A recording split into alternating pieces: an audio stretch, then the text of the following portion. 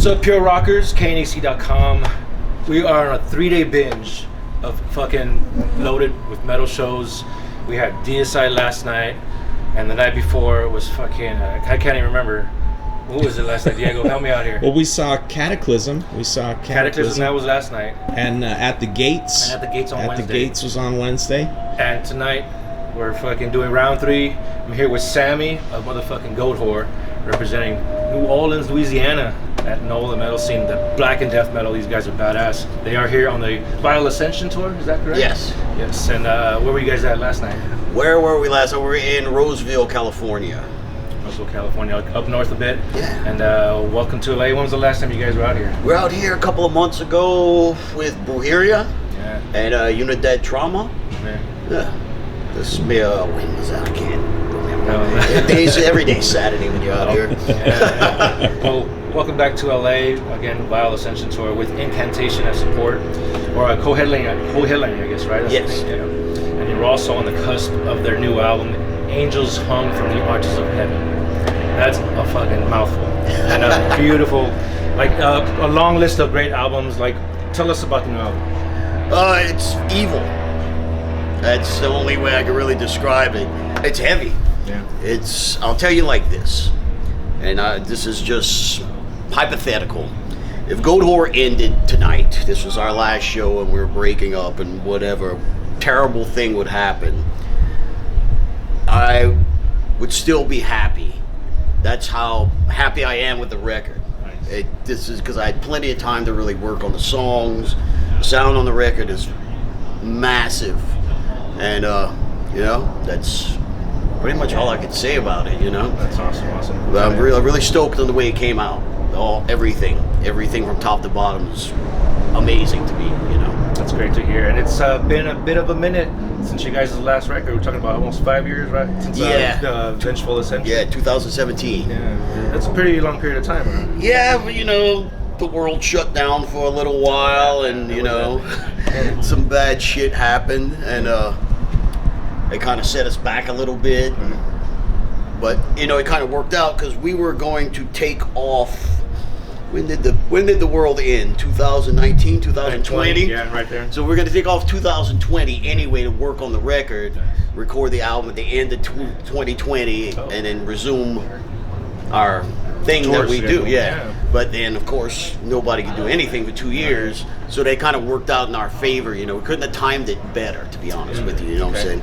So we just utilized the time off to really refine the songs and really focus where we wanted to go with this record.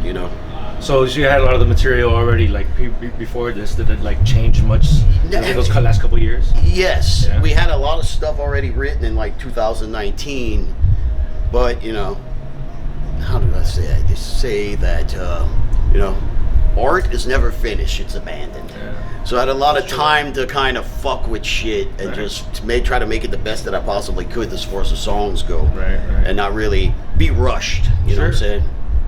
I hear that the artwork has some special meaning as well. Yes, you're just gonna have to see it and determine it for your own. Yeah, it's like it's probably on the long line of great album covers that GOATWHORE has always had. And if I could try and describe it a little bit, it's just like swords, just kind of piercing the sky or something. It's 9 swords. Yeah. It has a lot of meaning within the way it was put together in the artwork. Right. But I'm not going to spoil it for anybody. I'm going to let everybody just have their own interpretation of what it means to them. Yes. But there's a certain meaning behind the whole concept of that album artwork that is something special to us. Very cool. Within our how can I say this? Within our religious beliefs. Yeah, I love that. Awesome, and it's be due out in October through Metal Blade Records. Fucking loyal band here. And how's Metal Blade been treating you? Fantastic. Yeah. Can't complain at all. One of the best labels around. Without a doubt. Yeah, absolutely. I agree with you. And how long is this tour going for? I think we have another week left on this. Okay. So, yeah. Is there going to be other plans for more tourings as the record comes out? Yeah, we're going to Europe at the beginning of next year with a revocation, and then after that we're just going to kind of see what happens. But I'm sure we're going to do another U.S. tour next year. We're trying to work on something possibly before that, but I don't know if that's really going to happen, if we're going to have the time to actually make it happen before the end of this year. Now, you mentioned that the new record is going to be like probably your favorite album to date. What sets this one apart from the other records? And like, what was before this one? What was your other favorite record? What set this one apart from the other ones? This one's definitely, in my opinion, way darker than the other ones. You know, the other ones kind of, some points in the record had that party kind of vibe thing, the rock and roll thing. This record, I can tell you that the party is fucking over. Oh, damn. So, this is a very dark record, you know. But as they say, dark times equal good music.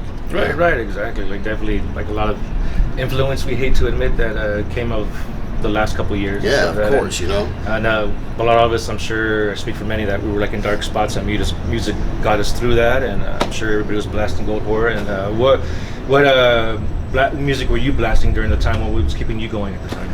Actually, I wasn't listening to a whole bunch of stuff, to be honest with you. I just kind of set myself in my own world and just kind of was focusing on my own music, you know. I wasn't really just the same old stuff that I always listen to. Venom, Celtic Frost, Judas Priest, Dark Throne, you know. So, yeah. But, you know, to be honest with you, I wasn't really listening to a whole lot of outside music. I was listening to a lot of my own music, which kind of, I was just trying to focus in there, you know. It was kind of like slowly molding what you were doing for the new album, I guess. Yeah. And how long was the recording process? Like, where did you guys do it at? We did it at a place in Bogalusa, Louisiana called Studio in the Country. It's a famous studio. I think Kansas recorded there, one of their records there.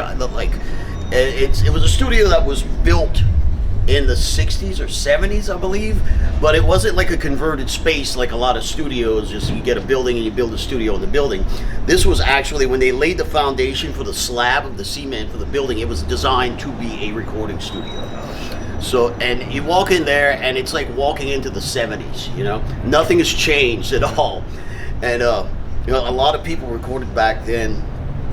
Not a whole lot of people are recording there now, which is unfortunate because it's such a great place. And but it was a place, Bogalusa, middle of nowhere, Louisiana.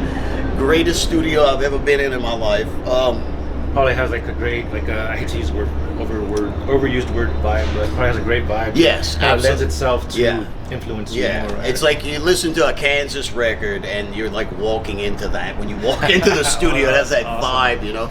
But we did that. We were in there for like 6 weeks, I believe. Yeah. Went by pretty quick and went by real smooth, you know. And you're the primary songwriter, right? Yes. Yeah. Okay, right. And you also have a new bassist that this is his first record with you guys. Yes. But you had him in Trans Am, I guess he goes by, right? Yeah, Trans Am. Yeah, he's been with us for a while, and this is our first record. I think he joined the band right before we recorded the last record, because our bass player at the time, when we did Vengeful Ascension, he was still kind of in the band, but he wasn't touring with us, so he was still writing with me. So he was like, I want to play on the record because I helped write a bunch of stuff, and I was like, no problem. I was like, sorry, TA. If you would have wrote some stuff, maybe. But anyway, nah. But no, TA's great, man. He's awesome. But yeah, his first record with us. Nice. And so he's been already like acclimated. He kind of knows how what GOATWHORE is about. Yeah. He should by now. I know, right? Tell us, like, okay, what is it about like Louisiana, and just the because in itself it's a genre, you know. Somehow it's like all these great bands, Soylent Green, Down, and Crowbar, and I Hate God. Like, what is it? What's in the water? Like, what makes these bands like so fucking awesome?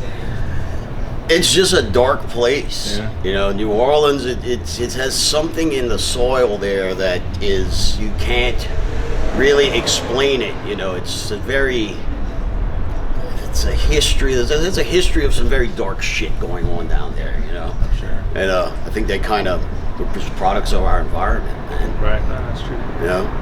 And tell us about like when GOATWHORE was first getting started. You had just like left Acid Bath. And what was like the scene? What was going on during that time? Back then, I mean, it was pretty much almost the same as it is now. It never really changed that much, you know. I mean, of course, there were a lot of different bands out there back then and stuff. They kind of fell apart, you know, local stuff like that were great, you know. But there's a whole new crop of new bands coming out that are fantastic as well. That are new. But you know, the scene back there was awesome. You know, we had a bunch of cool clubs that everybody would play at, and everybody.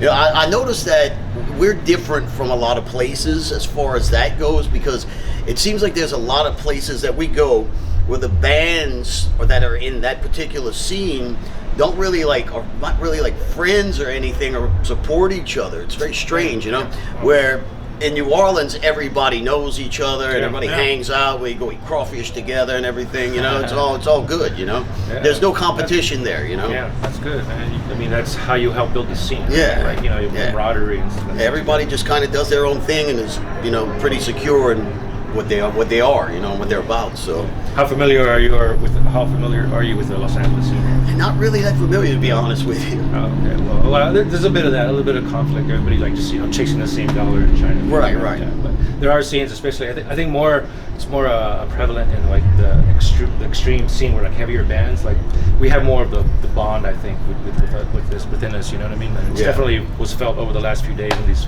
insane concerts. Again, we're here with Sammy Duet. Yes. Pierre Duet, if that's yes. If I'm following Metallum. Yeah, Metallum. And guitarist Shredder for fucking GOATWHORE here on the VILE Ascensition tour in Los Angeles, trying to stay cool in the shade.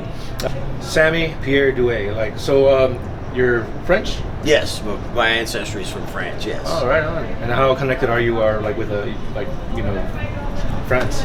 Not really. You know, I've been there a couple of times.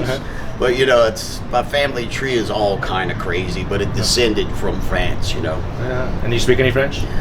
No, unfortunately. I need to get on that. Yeah, never too late to start. Never too late to start. So again, Angels Hung from the Arches of Heaven, coming out in October through Metal Blade. Sammy of GOATWHORE. What else can you tell us about the record? I know you said it was like dark and you're like your proudest moment. Tell us more about the record. You guys also have put out a recent video for one of the songs. Yeah, we did one for Born of Satan's Flesh. And that was an intense like wake up call. I was like, well, GOATWHORE's back. Well, I mean, we kind of planned it to where the first song we're going to release is going to be one that's going to kick you straight in the fucking face, you know what I'm saying? That was definitely a planned move, you know. Mission achieved, I would say. So, thank you for your time, Sammy. Do you have anything that you want to say to the fans out there, those that are coming tonight, the first time hearers, you know, what you got to say to them? Keep Satan in your heart. I'll take that to heart. Hell yeah. Tell us a little bit about your rig. Well, what I'm using right now, I'm using a Randall VMAX head, and I'm splitting that off into a Seymour Duncan Power Stage power amp, and I'm powering two Randall 412 cabinets with vintage 30 speakers, and I have two Arachnid cabinets with a DV77 Eminence speakers in it. And in the front of the amp, we go with Michael W. Klein audio design pedals exclusively. I have my signature Dybbuk overdrive, and then I have a modulated reverb called the Stull, and I have a solo boost called the Lonely Ghost. And I have a wah in there that is also designed by Michael W. Klein. That is a secret as of right now. So, so I can't really talk about the wah that much just yet.